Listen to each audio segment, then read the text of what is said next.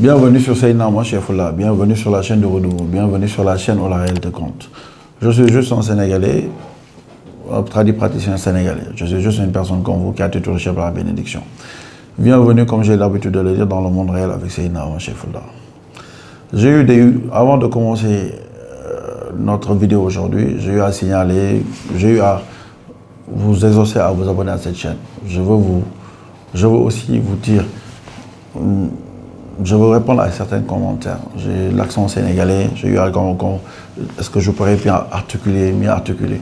Mais à chaque fois quand je commence à parler français devant la caméra, j'ai des problèmes pour articuler. À chaque fois quand je commence à parler français devant la caméra, je perds mes mots. En réalité, je parle français mieux que ça. Mais le français étant, comme le dit Léopold Sédar Senghor, nos butins de guerre, le français étant une langue qui aujourd'hui, à travers la francophonie, beaucoup de personnes l'utilisent. Les djinns ne m'autorisent pas, ou bien essayent, parce que l'autorité vient d'Allah, essayent par leurs divers sortilèges, ou divers trucs obscurs, à m'empêcher de m'exprimer correctement. Parce que je pourrais toucher le maximum de personnes possible. Donc, je m'excuse d'avance. On a eu à parler de la culture. On a eu à montrer que cette culture qui est le propre de l'homme, cette culture qui nous différencie de l'animal, cette culture qui est l'empreinte de l'être humain sur la nature, qui nous divise mais aussi qui nous réunit, qui aujourd'hui donne cette diversité, qui donne le goût du voyage, d'aller voir ailleurs. Cette culture qui ne peut pas être uniforme, cette culture qui diverse à travers les âges, à travers le temps, à travers les continents, est notre trésor, mais aussi le moyen privilégié du diable de nous aliéner. Nous allons prendre des exemples patents. Nous allons parler du peuple Lébo, qui est un peuple que j'adore, qui est un peuple travailleur. Et quand on parle de Lébo, on parle d'un peuple qui est un peuple pécheur d'origine, un peuple qui vit en société, un peuple qui vit en famille, un peuple qui, malgré l'individualisme qui trône dans ce monde, un peuple qui, malgré le matérialisme qui trône, a su garder cette fierté. On a tendance à parler, nous les Dakarois, à dire en général qu'un Lébo, même si tu devais lui donner des millions, il préfère sa fierté à ses millions. Donc on peut dire que c'est un peuple exceptionnel.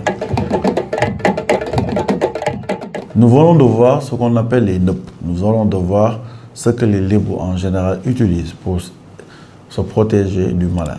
Nous allons de voir ce que les Lébou utilisent pour se protéger des iblis. Et là, nous voyons que c'est une séance d'exorcistes que leurs ancêtres les ont légués et qui leur permettent de se débarrasser de tout ce qui est force obscure.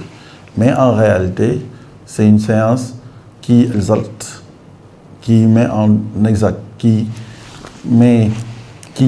augmente les problèmes. Parce que en général, ces séances ne soignent pas, mais augmentent les pactisations. Et le plus difficile à comprendre, s'ils sont attachés à cette culture-là. La culture, comme le dit Degan, nous définit de la naissance jusqu'à la mort. À la naissance, les Lébou ont tendance à prendre, parce que dans la culture musulmane en général, on tue un mouton.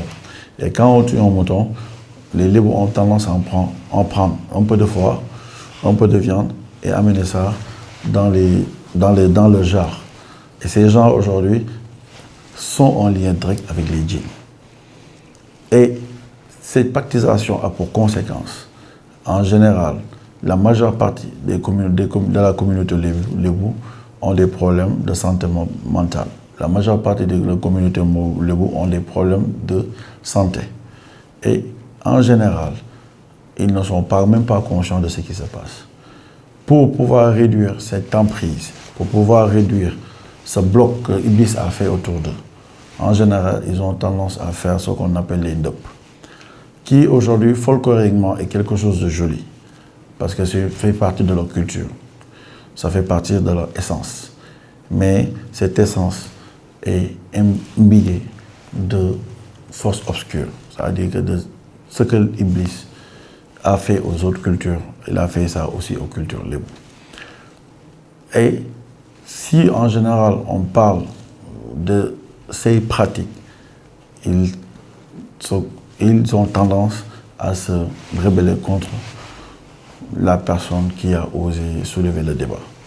Et ce qui est typique de ce qui existe dans ce continent, mais aussi dans d'autres continents. C'est juste un exemple précis, car si, comment dirais-je en anglais, charity begins at home, la charité commence par chez soi. C'est un exemple que j'ai choisi dans notre pays. Sortons un peu de notre cadre africain et allons en Asie. Allons rendre visite au plus grand pays musulman au monde, entre guillemets, je pense que c'est l'Indonésie. Ce pays qui, en termes de population, en termes d'engagement spirituel, je pense qu'on peut dire que l'Indonésie est le plus grand pays musulman au monde. Découvrons ensemble cet extrait. Ces marches mènent au tombeau du prince Samodra, un saint que les pèlerins viennent honorer. Sois la bienvenue. Ce matin, le gardien du tombeau reçoit l'une d'entre elles. Tu dois prier parce que le fardeau est trop lourd à porter. Tu dois demander l'aide du monde spirituel. Les esprits te béniront. Ils apporteront la santé à ta famille, la réussite dans tes affaires. À première vue, c'est un pèlerinage comme un autre. En réalité, pour obtenir les bonnes grâces de Dieu à Kemukus, il y a depuis des siècles un rituel particulier à effectuer. J'ai beaucoup de dettes et je veux remettre à flot mon entreprise. Je n'arrive plus à penser, mon esprit est confus. Je suis venue ici pour demander de l'aide. Et on sait qu'ici, si tu viens, tu dois accomplir le rituel sexuel. C'est comme ça. Les gens doivent venir ici seuls et se trouver un partenaire. Ensuite, ils visitent le tombeau et puis ils doivent avoir un rapport sexuel. Ça fait partie de l'islam indonésien. Ce n'est pas un problème pour Dieu. Selon moi, c'est même béni par Dieu. Dans le Coran, c'est vrai, il est écrit que l'adultère est un péché. Mais les gens viennent le faire parce que c'est ce que nous croyons beau. Cette jeune femme va maintenant accomplir ce rite qui lui apportera, elle l'espère, la bonne fortune. L'adultère intégré dans l'islam, c'est une pratique unique au monde. Cet extrait nous montre le paradoxe qu'il puisse exister entre les valeurs islamiques et les valeurs culturelles indonésiennes. Cet extrait parle de lui-même. Cet extrait nous montre le contraste planétaire qui peut exister entre la foi religieuse et la culture qu'on hérite de nos ancêtres. C'était Seydina Omar Chefoula, traduit praticien. Mon rôle, c'est de vous mener vers la vision optimale. Mon rôle, c'est de vous montrer le monde réel. Mon rôle, c'est de vous amener au-delà de vos 5 sens. Cette chaîne est une chaîne qui traite du paranormal.